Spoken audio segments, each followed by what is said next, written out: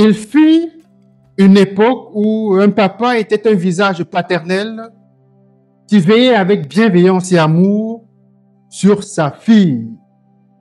Au pays de Paul Biya, désormais, un papa est un père qui entretient des relations sexuelles avec sa fille, lui faisant des enfants. Chers abonnés, bonjour, bon après-midi, bonsoir. Je suis très ravi de vous retrouver pour cette nouvelle vidéo. Les détails dans quelques instants. Monsieur Charles Mbeyo, cadre au ministère des Finances à Yaoundé, rencontre une femme pendant son parcours universitaire. De cette relation officielle naissent deux enfants, deux filles. Tout semble rouler comme sur des roulettes lorsque M. Mbeyo fait venir depuis Douala sa fille âgée de 7 ans, enfant obtenu dans une précédente relation. 3 ans plus tard, un matin, il est 1h lorsque Madame Mbeyo se retourne dans son lit et à ses côtés n'apparaît pas son mari. L'épouse inquiète se lève, fait le tour de la maison à la recherche de son homme, lorsque ses pas la conduisent vers la chambre de sa fille venue de Douala. Elle traverse à peine le seuil de la porte lorsqu'elle aperçoit M. Charles Mbeyo tout nu sur sa fille toute nue. Madame Mbeyo vient de surprendre son mari et sa rivale âgée de 10 ans qui n'est autre que sa belle-fille, la fille biologique de M. Mbeyo.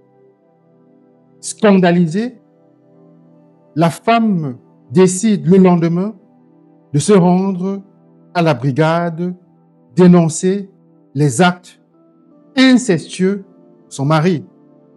Mais elle sera surprise lorsqu'elle sera gardée à vue par les gendarmes qui l'accusent d'avoir tout inventé.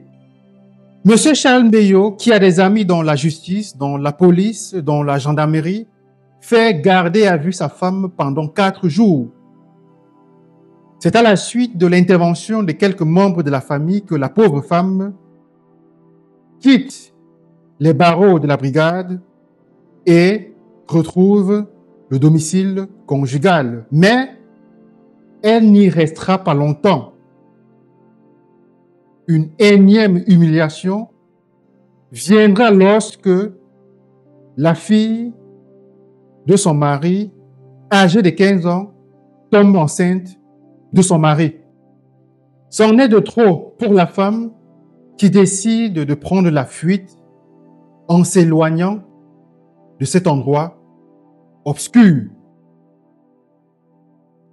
Monsieur Mbeyo, plus tard, fera avorter sa fille à 3 reprises. C'est à l'âge de 17 ans, c'est-à-dire 2 ans plus tard, que sa fille tombera enceinte pour une énième fois. Et cette fois-ci, le couple extraordinaire décide de garder l'enfant. Aujourd'hui, sa fille âgée de 25 ans et sa femme sous son toit à Yaoundé. L'on apprend également que M. Charles Mbeyo entretient également des relations sexuelles avec ses 2 autres filles. Le deuxième cas concerne le nommé Dikoum Roger, en fuite à Limbé, où il joue la carte de la discrétion. Avant son départ brusque, ce chef de famille respectable et respecté résidait au quartier PK10 à Douala. Pendant des années, le chef de famille entretenait des relations contre nature avec ses 2 filles. Bébé Lynn, âgée de 16 ans, n'en pouvant plus des viols répétitifs de son père, avait décidé de fuir la maison familiale. Mais malheureusement, le destin qui la percutait n'avait pas dit son dernier mot puisque l'adolescente a été percutée à mort par une moto. Sa sœur, Pamela, âgée de 22 ans, étudiante à l'ESG de Douala, était enceinte de son père depuis 6 mois. Pamela avait décidé d'évacuer cette grossesse et s'était présentée chez un individu qui lui avait promis être capable de l'aider. Malheureusement, Pamela, elle aussi, est morte en tentant d'avorter l'enfant de son père. Le troisième et dernier cas est un cas que j'avais évoqué le 19 avril 2024. Il s'agit de Monsieur Jupiter Essomba, célèbre danseur du célèbre artiste musicien Zélé le Bombardier. Pendant des années, Monsieur Essomba entretenait des relations sexuelles avec sa progéniture. Progéniture à laquelle est née une autre progéniture. J'explique. Pendant des années, il a couché avec sa fille, enceinté sa fille et couché avec sa fille qui est née de sa fille. Sa fille ou sa petite fille, âgée à l'époque de 12 ans, subissait les viols de celui qui est à la fois son père et son grand-père. Chers abonnés, je préfère prendre congé de vous ici. Le monsieur que vous voyez en photo là, quand vous regardez cette photo, le monsieur que vous voyez en photo là, observez-le très très bien. Vous le connaissez certainement dans l'un de vos quartiers. Il est dans l'un de vos quartiers là-bas. Il s'appelle Roger Dikoum, originaire de Kenklingop. Il est presque dans le même village qu'un footballeur international que vous connaissez. Ils sont presque du même village. Il travaille avec une entreprise qui sous-traite à la Sonara.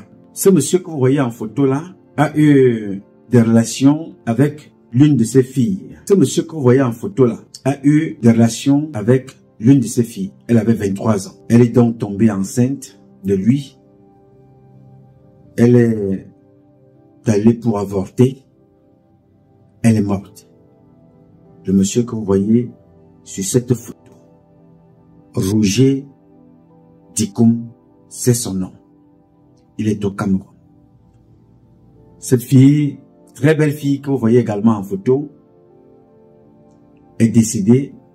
Elle a laissé sa vie comme ça parce qu'elle était enceinte. Elle est allée avorter, enceinte de son propre père. Elle est allée avorter. Elle en est morte après avoir tenté cet avortement. La seconde, qui s'appelle aussi bébé Lynn, que vous voyez également en photo, sur cette photo-là, elle est morte par accident de moto. Elle avait aussi fui la maison. Elle avait 19 ans. Cette belle petite fille que vous voyez là n'est plus parmi nous. Cette belle petite fille que vous voyez en photo n'est plus parmi nous. Elle est morte de suite d'un accident. Quand elle a appris ce que son père faisait, elle est partie de la maison. Elle a fui la maison. Elle est morte par accident. Elle avait exactement 19 ans. On l'appelait Bébé Lynn, cette beauté que vous voyez là.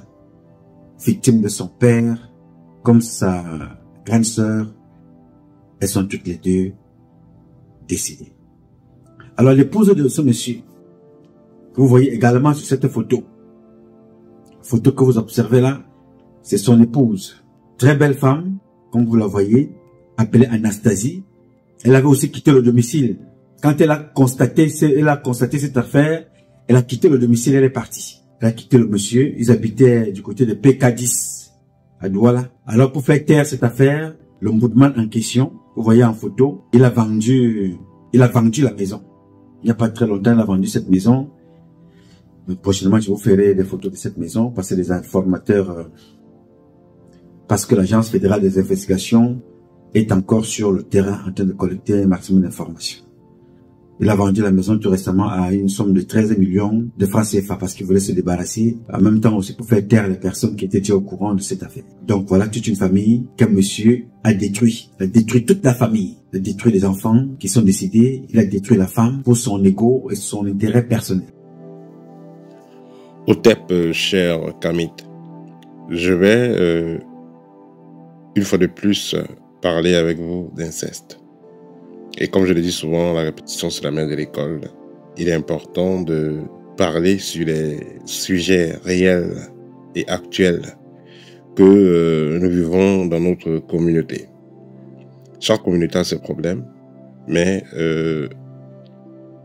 la communauté africaine a des problèmes un peu plus profonds. Voilà. L'inceste, c'est le fait que des personnes ayant le même sang passent à l'acte sexuel. Cependant, ici ça concerne des personnes adultes, matures entre guillemets, d'âge. Parce qu'on dit souvent, on peut grandir, on est obligé de grandir par l'âge, mais on n'est pas obligé de grandir mentalement. Peu importe ce que les gens vont prétendre être, qui sont avancés dans telle loge, ils ont tel grade, on s'en fout de ça. Le plus important, c'est qu'est-ce que vous faites dans la société, qu'est-ce que vous transmettez dans la société. Quand vous allez décéder, demain, après-demain, dans 5 ans, dans 10 ans, qu'est-ce qu'on dira de vous? Posez-vous la question. Et c'est l'un des critères qui fera de vous un ancêtre. Est-ce que vous pensez que dans 20 ans, dans 30 ans, les gens vont faire des libations pour vous? Vont allumer des bougies pour vous, du feu pour vous? Si vous avez passé le temps à violer vos propres enfants. Parce que tout ce que vous faites, un jour, vous serez exposé. On dit souvent 99 jours pour le voleur, 1 jour pour le propriétaire. Vous avez donc ces mêmes phénomènes dans des pays beaucoup plus en Afrique centrale. Donc que ce soit le Cameroun, que ce soit le Gabon, que ce soit le Congo. Et quand vous allez faire un peu un lien entre ces personnes-là, vous allez constater que ces personnes-là sont généralement partisans, sont généralement des personnes qui font partie d'une loge qui s'effectue. Dans le loge, qu'est-ce qu'on leur raconte souvent? On les dit souvent, le fait de coucher avec les enfants, ça va les permettre de se reconnecter à leur source, ça va les permettre de se rappeler de leur vie antérieure. D'autres, on va les dire, ça va les permettre de se recharger. Et la plupart vont vous dire que bon voilà, ils le font parce que au cours de leur parcours, ils ont eu à faire des alliances et puis voilà, ils ont besoin d'assez d'énergie vitale. Sans ça, ils ne peuvent pas vraiment être à l'aise et tout. C'est comme ça qu'on a vu des ministres qui chassaient donc les femmes de la maison parce qu'elles ne voulaient pas, elles étaient contre que ces ministres couchent avec leurs enfants et petits-enfants. On a vu, il y a plusieurs cas comme ça. Voilà. Le monsieur partage une vidéo pareille. Il y a une vidéo pareille qui est partagée là sur YouTube, mais c'est quelque chose qui est fréquent. Voilà, qui est fréquent. Les gens vivent ça et ils ferment leur bouche. Les gens ne parlent pas parce que voilà, ils ont peur. Parfois, vous allez aller porter plainte et puis vous tombez sur son complice. Vous allez voir un commissaire divisionnaire pour expliquer le problème. Entre-temps, le commissaire c'est son complice. Il va aller lui donner un pot de vin, un peu d'argent et voilà, le dossier est classé. Vous savez, avec ce type de comportement, on n'ira que de mal en pire. Si ces loges-là apportaient une connaissance qui allait contribuer au développement de la société, à un monde plus équilibré, pourquoi pas? Ça devait être intéressant. Mais on constate que, comme Tebaye disait, Il y a plein de gens qui sont malades mentaux, qui vont se taguer, qui vont se compter, se considérer comme des illuminés ou des personnes qui ont certaines connaissances spirituelles. Et j'ai même vu en commentaire, j'ai supprimé des personnes qui disent que voilà, que c'est de la connaissance, des personnes qui disent que voilà, que je ne devais pas prendre cette position-là. On ne sait pas est-ce que peut-être me dire une communauté, un peuple qui s'est développé avec le satanisme, avec l'inceste. Vous voyez, en Europe, surtout dans cette zone Schengen, là, Allemagne, France et tout, c'est les endroits où il y a assez de pratiques iséphétiques, où les loges iséphétiques sont au paroxysme. Et c'est également ces personnes-là qui ont précipité leur propre chute avec de pareilles pratiques. Parce qu'il y a des pratiques que quand vous faites, vos ancêtres vous vomissent, l'univers vous vomit. Ces personnes qui font ces pratiques sont possédées. Elles sont possédées. Vous posez souvent la question, comment elles sont possédées justement par les rites que ces personnes font, le fait qu'ils font aussi des pratiques de personnes de même sexe. Ils se transfèrent comme les églises aiment appeler les démons là, ils se transfèrent des esprits et qui vont les pousser à faire des choses. D'autres vont avoir des totems, ou alors des esprits, des démons qui habitent dans le corps, qui les poussent à faire des choses. Parce qu'un homme normal, comme je le dis souvent, ne peut pas bander devant notre homme ou alors devant son propre enfant ou son parent. Parce qu'il y a aussi des gens, il y a aussi un cas de personnes qui couchent avec leur propre enfant. Voilà. Comme vous allez voir des hommes qui vont coucher avec leurs filles, il y aura aussi des cas de jeunes hommes qui vont entrer dans des choses compliquées et après ils vont coucher avec leur propre maman. Alors, ce que nous devons retenir ici, c'est que ces formes de pratiques-là, d'inceste, ne contribuent en rien à l'éveil de votre conscience. Au contraire, ça vous pousse dans les profondeurs des abîmes. On est toujours piloté. Nous sommes tous des êtres pilotés. Autant mieux, il sera mieux d'être piloté par ses ancêtres, d'être piloté par le divin, que d'être piloté par des démons. Parce que ceux qui le font sont pilotés par des démons, pas des fréquences, pas des entités issues des fréquences très basses. Et comme je vous l'ai dit, le jour que vous partirez, qu'est-ce qu'on va retenir de vous? Qu'est-ce que vos enfants vont retenir de vous? Et ces pratiques ont des conséquences graves. Je les ai dit, mais je reviens encore à la charge. Ont des conséquences graves. Déjà au niveau de la santé. Il y a des personnes qui ont enceinté les enfants. L'enfant voulait enlever. Allez, l'enfant décède. Il y a des personnes qui vont coucher avec un enfant. Quand vous couchez avec un enfant de 5... il y a des gens qui ont couché avec des enfants de 5 ans, de 10 ans.